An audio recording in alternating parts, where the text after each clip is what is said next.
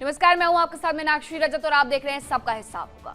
बात middle east की, क्योंकि इस वक्त की सबसे बड़ी और खौफनाक खबर वहीं से आ रही है। अमेरिकी राष्ट्रपति डोनाल्ड ट्रंप का मूड अचानक से बदल चुका है और उन्होंने ईरान के साथ हुए सीज फायर को रद्दी की टोकरी में फेंक दिया है। तुर्की के अंकारा में चल रहे नेटो समिट से ट्रंप ने दहाड़ते हुए साफ कह दिया है कि ईरान के साथ सीज फायर अब पूरी तरीके से खत्म हो चुका है। आपको याद होगा, एक मंच G7 का था जहां पर उन्होंने हस्ताक्षर किए थे और आज मंच बदल चुका है, नेटो शिखर सम्मेलन का हो गया है और आज ही उन्होंने MOU को रद्दी की टोकरी में फेंक दिया। इनके साथ बात करना सिर्फ समय की बर्बादी है, ईरान को लेकर के उन्होंने कहा। आखिर ट्रंप को ईरान से दोबारा टकराने की इतनी बड़ी हिम्मत मिली कहां से? सब यही सोच रहे होंगे, क्योंकि डोनाल्ड ट्रंप तो पीछे हटना चाहते थे, काफी नुकसान हुआ था, अपने ही देश में घेरे जा रहे थे, अपने ही सांसद सवाल पूछ रहे थे। तो अब अचानक से ऐसा क्या हुआ? डोनाल्ड ट्रंप को कहां से वो ताकत मिल गई जिसकी वजह से वो दोबारा से ईरान से टकराने के लिए तैयार हो गए? तो इसका जवाब आपको देते हैं। दरअसल नेटो का खुला समर्थन। नेटो चीफ मार्क रूटे ने अमेरिका के इस कड़े कदम को बिल्कुल जरूरी करार दे दिया है और साथ खड़े हो गए हैं, इसलिए डोनाल्ड ट्रंप को यह हिम्मत आ गई है। हॉर्मुज में कमर्शियल जहाजों पर हुए हमलों के बाद अमेरिकी वायुसेना ने ईरान के एयर डिफेंस सिस्टम और सैन्य ठिकानों पर बारूद की बरसात कर दी है। पूरी दुनिया थर्रा उठी है, क्योंकि आसमान में लड़ाकू विमानों की गड़गड़ाहट बता रही है कि अब ये जंग रुकने नहीं वाली है। और 1, 2, 3 नहीं, बल्कि 5000 लड़ाकू विमान ईरान के लिए उड़ चुके हैं। ये रूटे का ही बयान आया है नेटो के। अब सबसे पहले वो सुनिए आप कि ईरान को लेकर के ट्रंप ने क्या कहा है, उसके बाद आपको आगे का किस्सा भी बताती हूं कि अब ईरान की तकदीर अमेरिका क्या लिखने वाला है। They can't have a nuclear weapon, and they go around killing people. They've killed thousands and thousands of our soldiers. They've killed hundreds of thousands of innocent people. They had the roadside bomb, Soleimani. I took care of him first term. And that was a big thing, because I think they probably would be a lot stronger had he been around, because he was a bad guy, but he was an evil genius. Donald Trump ने सीधा जंग का ऐलान कर दिया है, लेकिन Iran भी झुकने के लिए कहां तैयार है? ईरान के IRGC ने पलटवार करते हुए कुवैत और बहरीन में मौजूद अमेरिकी सेना के कई ठिकानों पर ताबड़तोड़ मिसाइलें दाग दी हैं। बहरीन और कुवैत के हाल तो ये हो गए हैं कि वहां जंगी सायरन गूंज रहे हैं।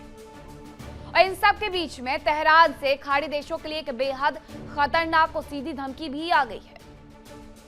ईरान ने साफ लफ्जों में क्या कहा है, आपको वो बताते हैं। तो ये कहा गया है कि मिडिल ईस्ट देशों को हम कड़ी चेतावनी जारी करते हैं, अमेरिका का साथ दिया तो हमारे लिए हर देश दुश्मन हो जाएगा और ईरान के खिलाफ इस्तेमाल बेसों पर हम हमला करेंगे।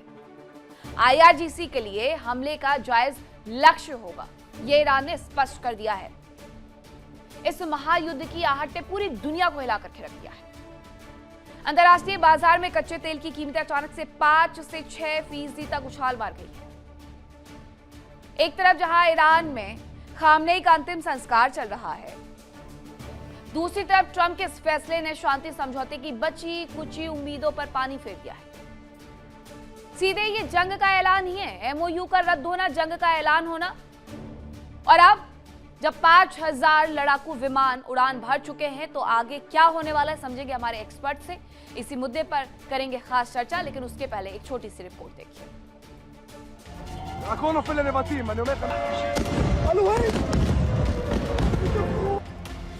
पूरी खाड़ी बारूद खाना, जंग का नया फसाना।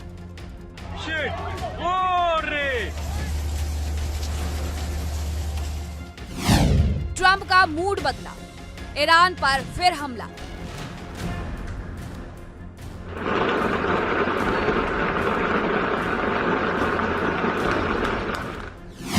महाविनाश का काउंटडाउन, टूटा युद्ध विराम।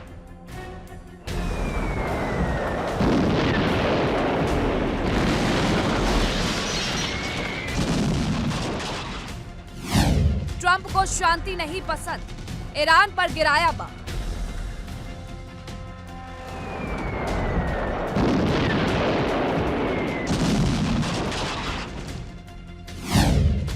जंग का अखाड़ा, ईरान मौका नहीं देगा दोबारा।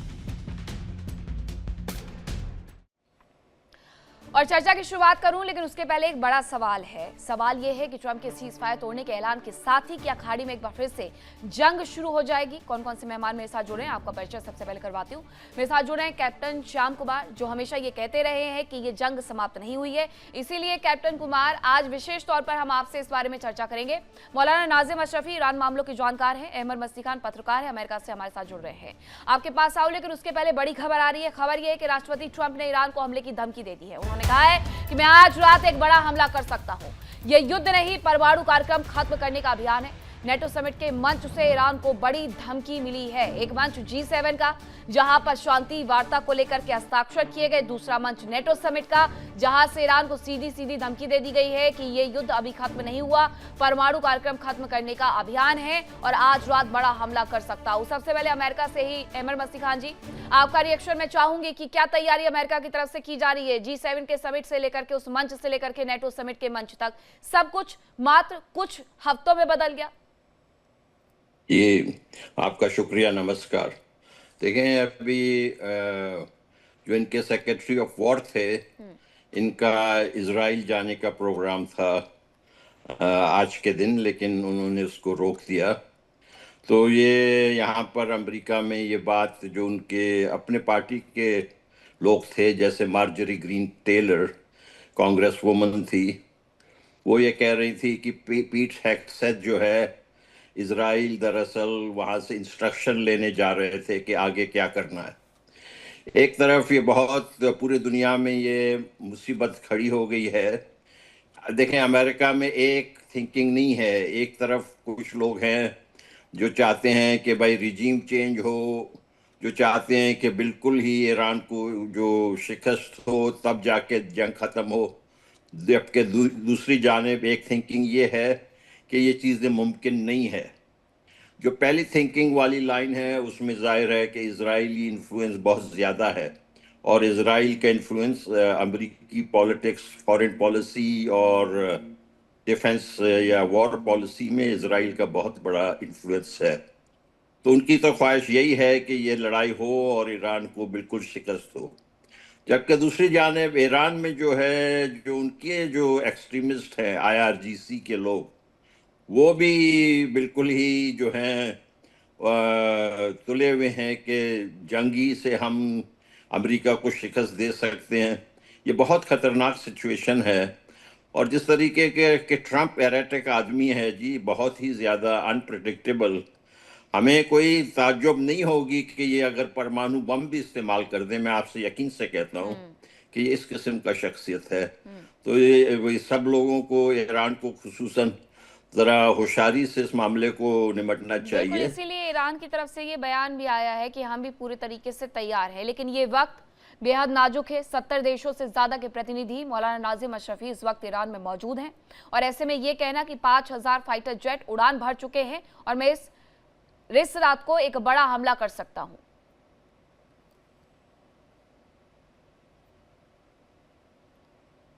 अनम्यूट करिएगा मौलाना।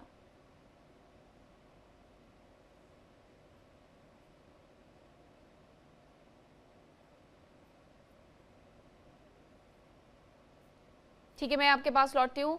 आपका फ्रेम जब तक हम ठीक करवाते हैं। कैप्टन श्याम कुमार, आप लगातार मेरे साथ डिबेट में यही कहते रहे कि ये जंग समाप्त नहीं हुई है और फिर से उसी स्थिति में अमेरिका ने ईरान को खींच लाया है। धन्यवाद मीनाक्षी, जय हिंद, शनो वरुणा। हाँ बिल्कुल, कोई खास आश्चर्य मुझे नहीं हो रहा और मैं इससे मैंने ध्यान देना भी छोड़ दिया है कि अमेरिका मारेगा या नहीं मारेगा। ईरान के यहाँ शहादत का जनाजा निकला हुआ है और 2 करोड़ के लोग वहां पे सॉलिडेरिटी दिखा रहे हैं। ईरान ने एक जनमत विचारधारा को आगे करके जो हॉर्मुज की राजनीति है उसको एक बड़ा बल देने की कोशिश की है और जो वो सफल भी रहेंगे कुछ मामलों में। पर वॉर होता है, युद्ध होता है। अमेरिका सो कॉल्ड खलीफा के वर्चस्व से मिडिल ईस्ट को छुटकारा दिलाने के लिए वहां आया था इस मंशा से। मैं उनके व्यू नहीं कह रहा कि मैं ऐसा मानता हूं, ऐसा एनालिसिस आ रहा है। और अमेरिका छुटकारा दिलाना चाहता है रोग स्टेट, सो कॉल्ड, अगेन मैं कहता हूं सो कॉल्ड रोग स्टेट न्यूक्लियर इंपावर्ड ना हो जाए और न्यूक्लियर टेक्नोलॉजी का गलत इस्तेमाल विश्व की शांति के अगेंस्ट ना हो जाए। ये दो नीति के साथ अमेरिका वहां पर आया है और ये दोनों नीतियां पूरी नहीं हुई।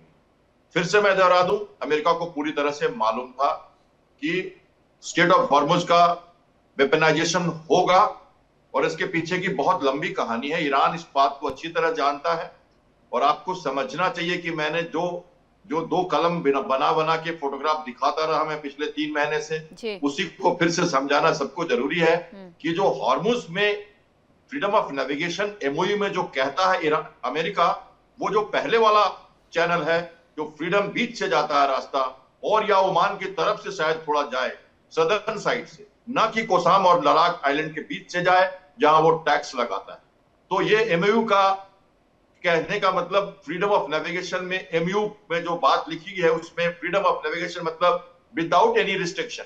अगर आप खोज खबर लोगे, टोल टैक्स की बात करोगे, सैनिटाइज करोगे, चेक करोगे, शिप्स को रोकोगे, पकड़ोगे, तो एक बात बताओ, ये वारशिप्स कैसे अंदर जाएंगे? अमेरिका का मनामा फ्लीट का क्या होगा? और ये जो इनके वारशिप्स हैं जो कुवैत, मनामा में, कतार, यूएई, सऊदी अरबिया, ये इस पे कौन चेक करेगा आके? क्या इनको भी उसी रास्ते से गुजरना होगा? या अगर नहीं गुजरे, ईरान ने तो यही कह दिया है, ईरान ने सीधे सीधे सर कह भी तो दिया है कि अगर आप उनका साथ देंगे तो फिर हम आपके साथ क्या हश्र करेंगे वो आप देखिएगा। मौलाना नाजिम अशरफी जी, जरा ये बताइए, ये वक्त जब 70 से ज्यादा देशों के प्रतिनिधि वहां पर हैं और ऐसे में हमला, कितनी तैयारी ईरान की? हाँ मीनाक्षी जी, देखिए अमेरिका जो है, जो वहाँ का प्रेसिडेंट है डोनाल्ड ट्रंप, एक तो बहुत बड़ा भोला इंसान, और दूसरी बात वो लाई के एतबार नहीं है, लाई के एतबार नहीं, कभी कुछ कहेगा कभी। मैं सही को उसको कहूँ तो मेरे ख्याल से बहुत ज्यादा गलत नहीं होगा। कहीं ना कहीं ना तो ईरान ने ये जंग शुरू की थी और ना ईरान इसको अब खत्म करना चाहता है। जब भी डील की बात हुई है वो यूएस ने की है, ईरान की तरफ से कोई डील की बात नहीं हुई है। हाँ, जब उसने कहा है तो उसने हामी जरूर भरी है कि चलिए देख लेते हैं।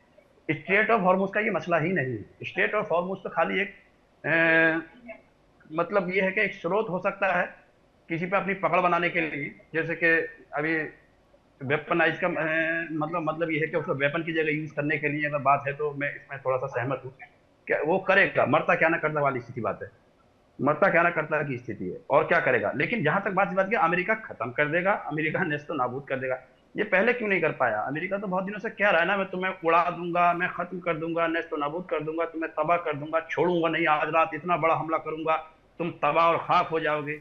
उसे नहीं पता और कि ये जो वो लोग हैं, ये अल्लाह और उसके रसूल पर ईमान लाने वाले लोग हैं, ये हजरत मौला अली रज़ी अल्लाह ताला अन्हु को मानने वाले लोग हैं, ये वो लोग हैं जो मैदान करबला में शहीद हो गए। ये लोग शहादत से बिल्कुल नहीं डरते, ये शहादत लेकर ही पैदा होते हैं। और एक चीज इस मैं बता बात दूं, को लेकर के तो पूरी दुनिया को कोई शक नहीं है मौलाना कि ईरान पलटवार जबरदस्त तरीके से नहीं करेगा, लेकिन जब इतने सारे देशों के प्रतिनिधि वहां पर पहुंचे हुए हैं तो क्या सबको वो सुरक्षा दे पाएंगे? दुनिया भर से लोग भी तो पहुंचे हैं। एग्जैक्टली सुरक्षा दे पाएंगे मीनाक्षी जी, मैं वही कह रहा हूँ।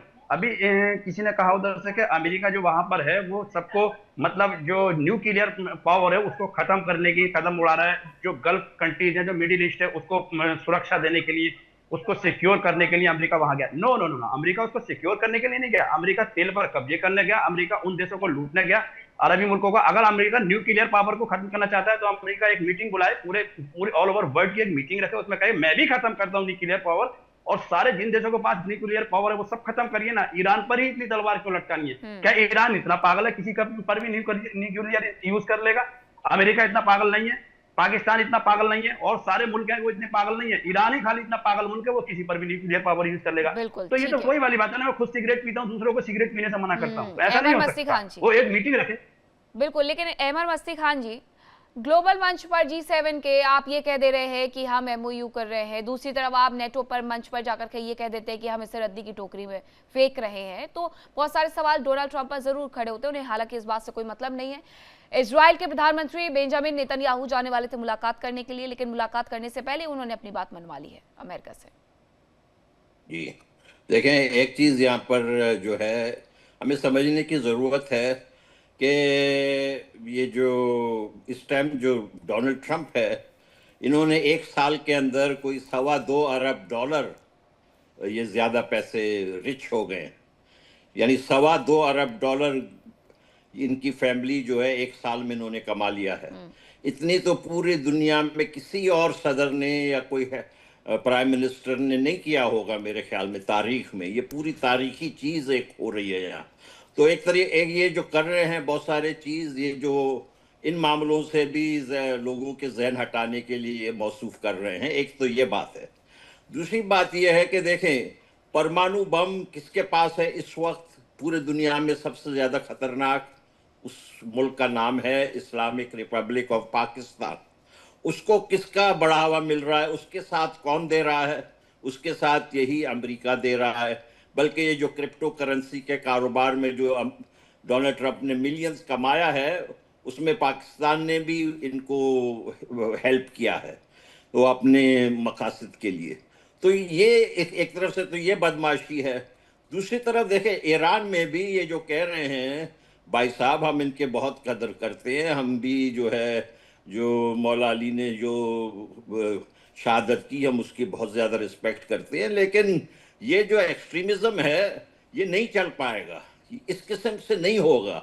देखें, ईरान में भी लोग बहुत सिर्फ एक ख्याल के लोग नहीं हैं। जैसे कि अमेरिका में एक तरफ जंगजू हैं, दूसरी तरफ जेडी वॉन्स हैं जो चाहते हैं कि बातचीत के ज़रिए मामला तय हो। ईरान के भी इन लोगों को जो बातचीत के जरिए मामला तय करना चाहते हैं उनको आगे आना चाहिए। ये नहीं कि भाई या अली मदद करके लड़ाई करना शुरू कर दे, इससे कुछ फायदा नहीं होगा। हमारा ये ख्याल है।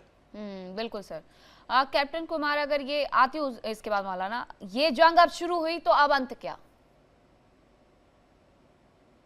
देखिए, अंत तो अभी होगा नहीं जब तक गल्फ के पानी का उबाल कम नहीं होगा। पानी थोड़ा खारा जो है जैसा सोचते हैं लोग, वो कहते हैं उसका जो मीठापन जब तक नहीं आएगा, तो इस बार की लड़ाई बड़ी सोच समझ के बाइडेन साहब ने तैयारी की और ये आके लड़ रहे हैं। 4 महीने के बाद कोई अटैक नहीं करता। 12 दिन के एक लड़ाई के बाद, कतार के अटैक के बाद बंद किया था उन्होंने लड़ाई, और कुछ और नीति के तहत तैयारी करके आए, और इस बार ऐसे नहीं जाएंगे। तो जब मैंने मिड मार्च से कहना शुरू किया तो मुझे कोई तकलीफ नहीं होती आज कहने में कि अजीब सी लड़ाई है, मैरिटाइम एंगेजमेंट है, मान के चलिए। अब फिर से मैं कहूं, 3 शिप्स पे अटैक हुआ, उसमें एक कतार का था, बाकी दूसरे पनामा बेस्ड फ्लैग कैरिंग कर रहे थे। ये उस एरिया से जा रहे थे जो इंटरनेशनल शिपिंग का पहले वाला तरीका था जाने का, और वो बीच से जाता है, बिल्कुल वो सेफ एरिया है जहां पर अमेरिका की पकड़ है और उनके जो अनमैन्ड क्रू बोट्स हैं वो खड़े। अब आप देख लीजिए, खर्क पे अटैक, सिकरी पे अटैक, और बंदर अब्बास पे अटैक, और कोसाम पे अटैक, और मिसाइल बेजिंग कैपेसिटी जो कोस्टल बैटरीज है उन पर अटैक, सारे नेवल सदर्न ईरान के फ्लैंक्स पे अटैक। तेहरान पे अटैक नहीं करेंगे, जरूरत नहीं है अब उसकी। यहां पे उनको पकड़ बनानी है। मैं वार एनालिसिस टैक्टिकल कर रहा हूं, मिलिट्री की बात कर रहा हूं, जो लगातार कह रहा हूं। तो यहां पे ब्लॉकेट भी लगा रहेगा, और ऑयल सैंक्शंस बंद कर दिया फिर से, और वो सारी चीजें वेवर्स हटा ली उन्होंने, और दोबारा वहीं पर आ गए जो पहले था 15 दिन पहले। तो जब मैं उसमें कहता था तो कोई टेकर ही नहीं था इसके बारे में। मैंने कहा ये छलावा है, ये टाइम पास है। नाटो का इसमें शामिल होना 3 महीने पहले से मैं कह रहा हूं लगातार, कोई मानता नहीं था कि नाटो आएगा आज ने कल। कोई नहीं मानता था कि यूनाइटेड नेवल फोर्सेस आएंगी। पहले मैं नाटो के बारे में तो मैंने मना किया था। यूजी नेव4 नाटो के आ जाने के साथ क्या ये युद्ध और भयंकर हो जाएगा खाड़ी में? बिल्कुल, ये तो होना ही है। एक डी-डे की परिकल्पना कर रखी है मैंने, आर्टिकल भी लिख दिया है। एक दिन तो ऐसा आएगा जिस दिन बहुत जोर से अमेरिका मार देगा, और स्ट्रेटेजिक प्रोवोकेशन जानबूझ के ल्योर कर रहा है, आकर्षित कर रहा है उसको, शिप्स भेज के इधर करके उधर करके अटैक करवाता है। एमओयू का उल्लंघन कहता है कि ईरान कर रहा है, और अमेरिका फिर मारता है। इसको कहते हैं प्रोवोकेशन, स्ट्रेटेजिक प्रोवोकेशन। समझी नीति के तरह America up down oil prices को ईरान के लिए कितनी बड़ी मुसीबत लेकर के आएगा अगर नेटो साथ में आ गया। अमेरिका और इजराइल तो पहले से साथ में खड़े हुए हैं मौलाना, तो ये अमेरिका के लिए तो बहुत बड़ी मुसीबत हो जाएगी, क्योंकि ईरान के साथ बहुत ज्यादा देश कोई लड़ने के लिए तो खड़ा नजर नहीं आता है। देखिए मीनाक्षी जी, अभी इन्होंने कहा कि ऐसा नहीं है कि मौला अली का नाम लोग खड़े हो जाओ। मैं क्या कहता हूँ, ये क्या कहते हैं, फर्क इससे नहीं पड़ता। ऑल ओवर वर्ल्ड क्या कहता है, लेकिन वो तो मौला अली का नाम लेकर ही लड़ते हैं कि या अली मदद, वो तो कहते हैं और वो कहेंगे। फर्स्ट एंड लास्ट टाइम वो यही कहेंगे। अब चीज मैं इधर आता हूँ कि नेटो के साथ आने से क्या होगा। देखिए मैं बताता हूँ कहीं कुछ नहीं होगा। ये लड़ाई बहुत लंबी खींचेगी, ये जंग आखिर तक चलेगी, और ये चलने वाली है। इसे जो अमेरिका की जो धमकी और जो दादागिरी थी ना, वो फालतू की दादागिरी है, वो कुछ खत्म करने नहीं आया। और जबरदस्ती हम देखिए, हम किसी की घुड़की को मान लेंगे तो वो घुड़की दिखाता रहेगा। हमें किसी ना किसी को तो खड़ा होना पड़ेगा। अत्याचार के खिलाफ कोई तो खड़ा होगा। कोई भी किसी भी बुरे काम के लिए लोग एकदम नहीं खड़े होते हैं, लेकिन एक वक्त एक दौर आता है कि लोग खड़े होते हैं, लोगों को सही बातें सही लगने लगती हैं और खराब खराब।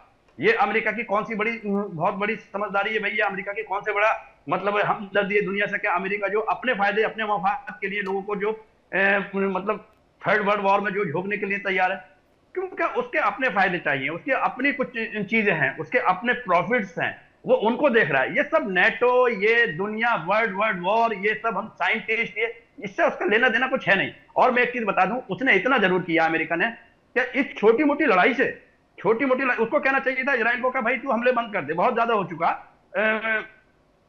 देखिए, मैं अब गाजा तो खत्म ही हो चुका, तुमने कहा मैं नक्शे से मिटा दूंगा, लगभग मिट सा ही गया। फिलिस्तीन भी आप काफी बमबारी पे कर चुके, तो उसमें उसे कहना चाहिए था आप रोक लो, लेकिन नहीं रोका, उसने साथ दिया। तो कहीं ना कहीं इतना और हुआ, ये जो गल्फ कंट्रीज है जिसे इस्लामिक राष्ट्र आप कहते हैं, सारे ही इस्लामिक राष्ट्र में एक ना एक दिन ये मतलब उसके लिए, ईरान के लिए हमदर्दी पैदा कर देगा, उसके लिए एडवांटेज पैदा कर देगा, ये इस तरह की हरकतें करते करते। और अमेरिका की कोई औकात नहीं है 7 समंदर पार से आकर के ईरान से या किसी भी इस्लामिक कंट्री से लड़ ले। अगर ये अपने एयर बेसेस ना दें, अपनी जगह ना दें, इनकी मिलिट्री को ना पालें, क्या अमेरिका की इतनी भी औकात है कि किसी इस्लामिक मुल्क में आकर वो वहां से 7 समंदर पार से आकर, नहीं, लेकिन इजराइल के थ्रू तो वो हमला कर सकते हैं, उन्होंने पूरे युद्ध के दौरान किया भी है।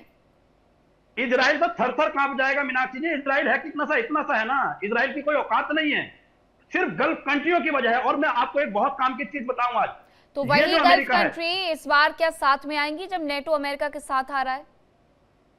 नेटो क्या होता है, जब यहाँ बात जब इस्लामिक हो जाएगी, ये शिया सुन्नी वाली लड़ाई को जब आप वन साइड कर दोगे, शिया सुन्नी का लोगों के दिमाग में से ये चीज निकाल दोगे। अभी तक तो लोग जो और बाकी जो कंट्रियां हैं ना, वो इसलिए उसका साथ नहीं दे रही है ईरान का, क्या उनको अपने आप को सुन्नी समझते हैं, उनको शिया। लेकिन आप कहीं ना कहीं इस्लामिक राष्ट्रों की इतनी बेहरमती कर दोगे कि वो सब लोग साथ आने में मजबूर आ जाएंगे। देखना होगा कि कल का सूरज आखिरकार ईरान के लिए कौन सी सुबह लेकर के आता है और अमेरिका के लिए क्या नया लेकर के आता है। बहुत धन्यवाद आप सभी का मेरे साथ जुड़ने के लिए, चर्चा का हिस्सा बनने के लिए। देखिए इंडिया डेली 24/7 अब आपके स्मार्ट टीवी पर। इंडिया डेली मौजूद है सभी डिजिटल प्लेटफॉर्म पर लाइव और लगातार। इंडिया डेली 24/7 हर दिन राष्ट्र को समर्पित।